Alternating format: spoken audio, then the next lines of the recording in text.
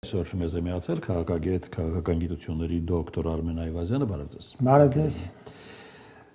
Եվ այսպես, Իրանի շուրջ օղակը սեղմվում է, թե հակառակը, մոտենում հանգուցալուծման։ Օղակը սեղմված է Իրանի շուրջը 47 տարի է արդեն, 1979 թվականից սկսած։ Թրամփի օղակի մասին է խոսքը։ Այո, բայց բոլոր նախագահներն էլ Միացյալ Նահանգների, բոլոր վարչակազմերի օրոքել օղակը սեղմել են Իրանի շուրջը եւ ոչ ավելի։ Բայց չեն գնացել արճակատման։ Գնացել են արճակատման ուրիշների միջոցով, օրինակ հենց 80 թվականին դրդելով Սադամ Հուսեյնին, Իրաքի նախագահին, պատերազմ սկսել Իրանի դեմ, այնուհետև օգնելով նրան ամեն ինչով, հետագայում ամեն կերպ 10 տարի տնտեսական 8 տարի, այո, 8 տարի։ Հետագայում տնտեսական պատժամիջոցներ, ամեն տեսակ ճնշումներ, երկրի մեկուսացում, անընդհատ եղել է այսինքն այդ խնդիրը, հիմա պարզապես առաջին անգամ Թրամփը մեծ պատերազմ ձեռնարկեց, որին մասնակցում էր արդեն Միացյալ Նահանգների զինուժը։ Մի բան, որ առաջ չէր եղել էին բախումներ, եղել էին տարբեր միջադեպեր, բայց այսպիսի մեծ բան չէր եղել։ Առաջի անգամ 12 օրյա անցյալ տարվա պատերազմի ժամանակ Միացյալ Նահանգները վերջում միացավ այդ պատերազմին, ամենջապես ավարտվեց, իսկ այս անգամ արդեն ամբողջությամբ, ամբողջ թափով եւ չի բացառվում, որ օրինակ հենց վաղը, երբ ավարտվում է հրադադարը, կարող է վերսկսվել Իրանի դեմ հարձակումը նույն թափով կամ գուցե մի փոքր ավելի ուժեղ, տեսնենք։ Իհարկե Իրանն էլ պատրաստել է, ինչպես իրենք են ասում, իր նոր խաղաքարտերը, նոր պատասխանները։ Իրանը պատրաստ է վերսկսմանը։ Այո, պատրաստ է, տեսնենք, կարող է եւ չվերսկսվի, բայց այսօր պետք է տեղի ունենա Իսլամաբադից, վաղուց։ Գուցե անգամ եթե Իսլամաբադում որևէ բանակցություն չլինի, հրադադարը երկարացվի, բայց դա պարզ կլինի վաղը, կամ այսօր երեկոյան, կամ վաղն առավոտյան, վաղը ցերեկով։ Այսպես։ Լավ, հրադադարի երկարաձգում հավանական է, լավ կլինի այդ հրադադարը երկարաձգվի, բայց ում էլ պետք հրադադարը մեծ հաշվով կողմերից։ Խոշոր հաշվով երկու կողմերն էլ պետք է որ շահագրգռված լինեն հրադադարի մեջ, որովհետև երկուսն էլ նախ տեսան, որ այսքանն են կարող անել։ Հրթիռային պատերազմով չի ավարտվում։ Այո, օդային պատերազմով, հրթիռային պատերազմով հարցերը Միացյալ Նահանգները եւ Իսրայելը չկարողացան լուծել իրենց առջև դրված խնդիրները, իսկ Իրանն էլ այնքան էլ շահագրգռված չպետք է լինի պատերազմի վերսկսման մեջ։ Պարզապես եթե նրան ստիպեն կամ ստորագրել մի ինչ-որ նոր համաձայնագիր, որը չի համապատասխանելու իր երկարաժամկետ նպատակներին, խաղաղությանը, կայունությանը, այդ դեպքում ավելի ձեռնտու կլինի Իրանին բնականաբար ընդունել այդ մարտահրավերը եւ մի նոր փուլ պատերազմի անցնել, դիմանալ եւ հաղթանակով դուրս գալ դրանից։ Այս կողմերի տատանողականության մթնոլորտում հետարքիր արձագանքներ կան եւ ամերիկյան եւ իրանյան ներքաղաքական կյանքից։ Ամերիկայում ոգևորված չեն Թրամփի գործողություններով, անգամ վարկանիշային տատանումներ են արձանագրում, այնպես չի, որ Իրանի ներսում են ամեն ինչ խաղաղ։ Իրանի ներսում խոշոր հաշվով դարձյալ ընդհանուր առմամբ ժողովուրդը պատրաստ չէ գնալ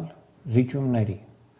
Դա ցույց են տալիս այն Խոսքը նաև իշխանության տարբեր թևերի։ Այո, ուրեմն նախ ժողովրդից խոսենք, ժողովուրդը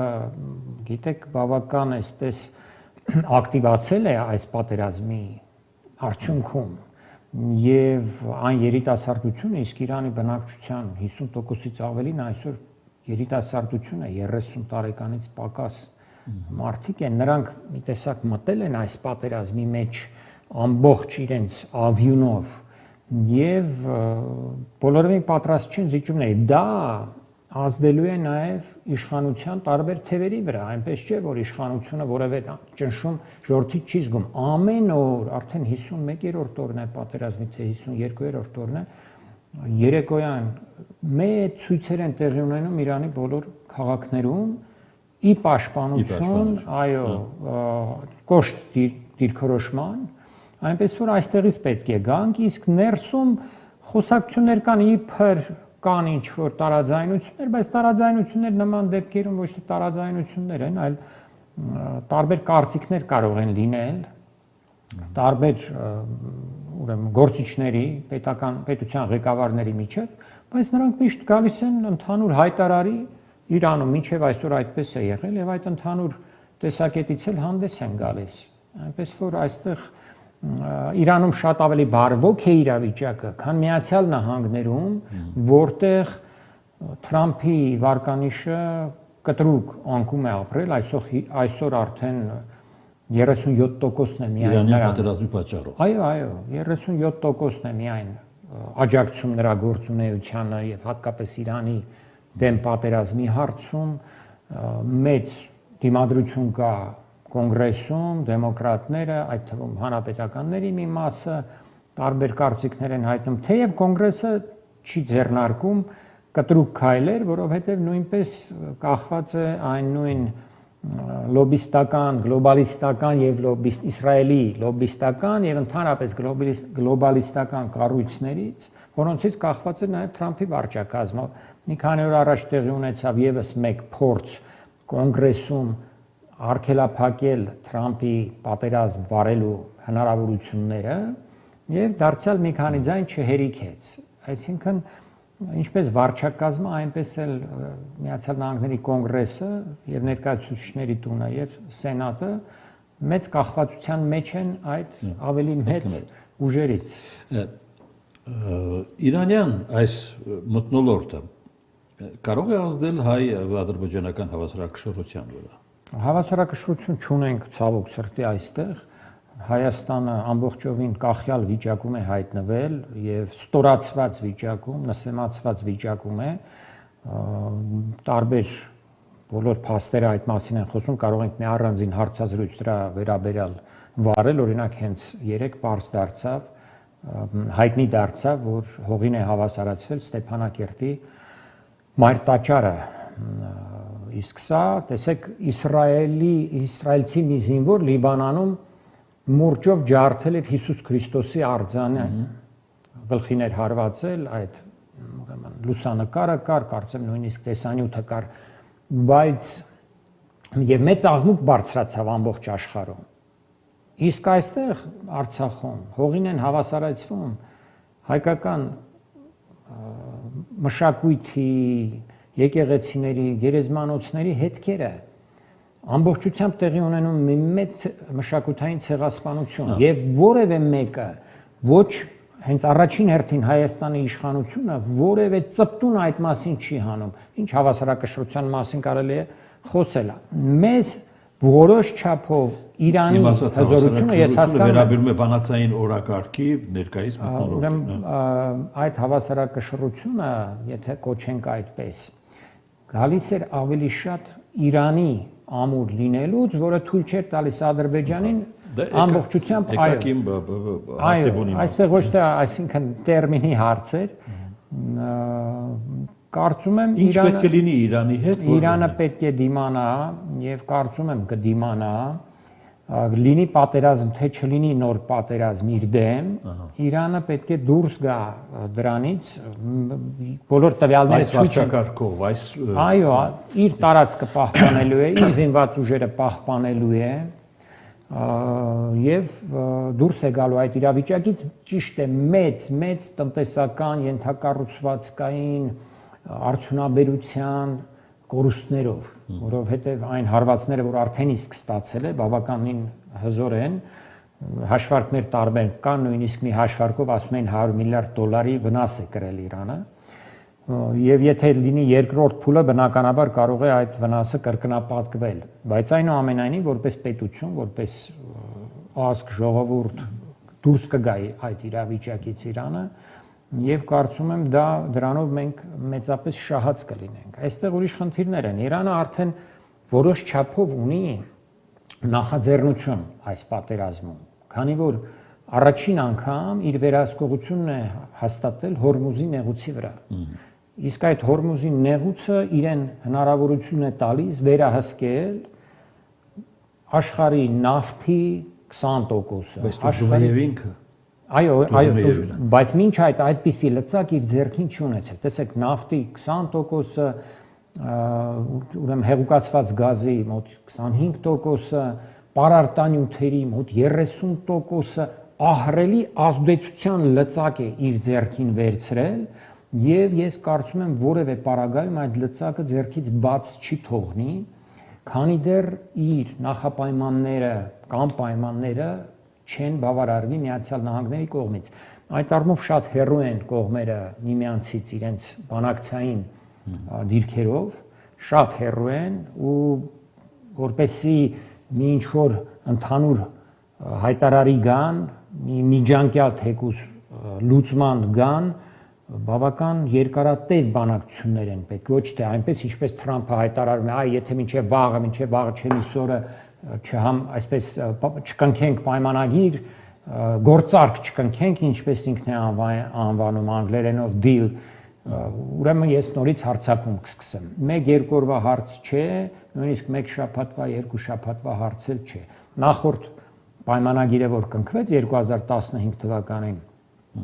մոտ 18 ամիս տեղի էին ունեցել բանակցություններ, շատ ծանր բանակցություններ։ Լավրովը ասում է, եթե վերադառնան այդ կետին, կլինի հաջողություն։ Այո, բայց այդ դեպքում Թրամփը չի կարող արդարանալ իր հասարակության առջև, իր ընտրողների առջև, ինչ է ասելու։ Ես մի մեծ պատերազմ սկսեցի, զոհվեցին ամերիկացի զինվորականներ, մեծագույն կորուստներ տվեցինք, $100 միլիարդ ավել գումար է արդեն իսկ ծախսվել, ուրեմն այդ ամեն ինչի համար, որ վերականգնվի 2015 թվականի պայմանագիրը, որի ինքն էր հրաժարվել 2018 թվականին։ Այնպես որ այստեղ իր քաղաքական հեղինակության հարցն էլ կա, որը նա պետք է փորձի ինչ որ լրացուցիչ բան ստանալ Իրանից, որը շատ բարդ է լինելու։ Լրացուցիչ բան ստանալու դիմաց Իրանն էլ նրանից պահանջելու է լրացուցիչ մեկ ուրիշ բան։ Այնպես որ բարդ իրավիճակ է, առաջիկայում շուտով այսպես լուծվող հարց չէ սա, այս հարցը ձգվելու է անպայման։ ԱՄՆ-ն կմնա կոնֆլիկտում, թե դուրս կգա։ Չի կարող դուրս գալ կոնֆլիկտից հեշտ ու հանգիստ։ Պարզապես չի կարող։ Դուրս կգա կշարունակի Իսրայելը։ Դա մեկ պատճառ է, որ ԱՄՆ-ն չի կարող հեշտ ու հանգիստ դուրս գալ, որովհետև Իսրայելը առհասարակ չի ցանկանում, որպեսզի Իրանը եւ Միացյալ Նահանգները գան որևէ համաձայնության, եւ այդ պատճառով էլ տարբեր միջոցներով անընդհատ խանգարելու է այդ գործընթացին եւ ունի այդ միջոցները։ Օրինակ Լիբանանում, եթե սկսի Լիբանանում հետև չի քաշվի, ինքը հայտարարում է Նեթանյահուն այն տարածքները, որտեղ արդեն մտել են իսրայելական զորքերը։ Բայց մեկ այլ հետաքրքիր բան տեղի ունեցավ, Իսրայելի հատուկ ծառայությունները հայտնեցին Բաքվում եւ Բաքու Ջեյանի աբեկչությունները կանխելու մասին։ Բայց ինչու չի հայտնում այդ նույն չի անում այդ նույն հայտարարությունը Բաքվի հատուկ ծառայությունը։ Դա նոր տեղեկություն է, դեռ պետք է հասկանալ ինչքանով է ճշգրիտ, ինչքանով ինչ որ քաղաքական նպատակ է երևում դրա տակը։ Բնականաբար, տեսնենք իրականությանը որքանով է համապատասխանում այդ տեղեկությունը։ Եթե չի հայտնում, ուրեմն դեռևս 100%-ով հաստատված չի կարելի համարել, իսկ եթե առհասարակ չհայտնի, գուցե չի ուզում սրել իր հարաբերությունները Իրանի հետ, որից վախենում է։ Պարզապես վախենում է, տեսնելով նաև Իրանի ուժը։ Իսկ երեք մի տեղեկություն կար շատ հետաքրքիր, Իրանի ուրեմն падգամավորներից մեկը իրենց հայտարարել էր, որ պատերազմից առաջ Ադրբեջանը էին բերվել այդ տերորիստները, այդ թաքֆիրական ուժերը, եւ Ադրբեջան, նաեւ Հյուսիսային Իրաք, նաեւ Պակիստան։ Եվ նպատակ կար, որ նրանք պետք է ներխուժեն Իրան, հարմար պահի, երբ այնտեղ սկսեն խլրտումներ։ բայց տեղի չի ունեցել նման ներխուժում, որովհետև Իրանը չի կոտրվել։ Սա այս տեղեկությունը այնքանով է հետաքրքիր, որ փաստորեն Ադրբեջանի ներգրավվածությունն է, դավադիր ներգրավվածությունն է ցույց տալիս Իրանի դեմ պատերազմում, որը վաղ թե ուշ պետք է որ անդրադառնա Ադրբեջանի վրա։ Ասում են Էրդողանն է զսպել ձեզ ասած դրվագում։ Չեմ տեսել այդպիսի տեղեկություն, բայց Էրդողանը նույնպես պետք է ներկա լիներ այդպիսի որոշումներին։ Էրդողանի այդ հակաիսրայելյան հռետորաբանությունը առհասարակ լուրջ չէ, որովհետև Էրդողանը եթե իսկապես ցանկանար Իսրայելի դեմ որևէ դիրք գրավել, նա կփակիր Բաքու Ջեյհանից դեպի Իսրայել հոսող նավթը, որը 50%-ն է ապահովում Իսրայելի։ Նա կփակիր այդ նավթը, բայց եթե դա չի արվում, մնացած ամբողջը առայժմ դեռևս հռետորաբանություն է, թե մի օր կարող է մի բան տեղի ունենալ Սիրիայի տարածքում, թե այլ պատճառներով, բայց ոչ այսօր։ Այնպես որ Էրդողանի եւ Ալիևի միջև մեծ տարաձայնությունները այս հարցերում նույնպես ես լուրջ չեմ ընդունում։ Արմեն, իսկ ինչով բացատրել ռուս-ադրբեջանական ջերմացումը այս օրերի։ Առայժմ ջերմացումը ամբողջապես այսպես չի ավարտվել կամ վերադարձել այն նախկին դիրքերին։ Տեսեք, չեն ազատվել այն 11 ռուսները, 11 հոգին, որոնք ձերբակալված էին,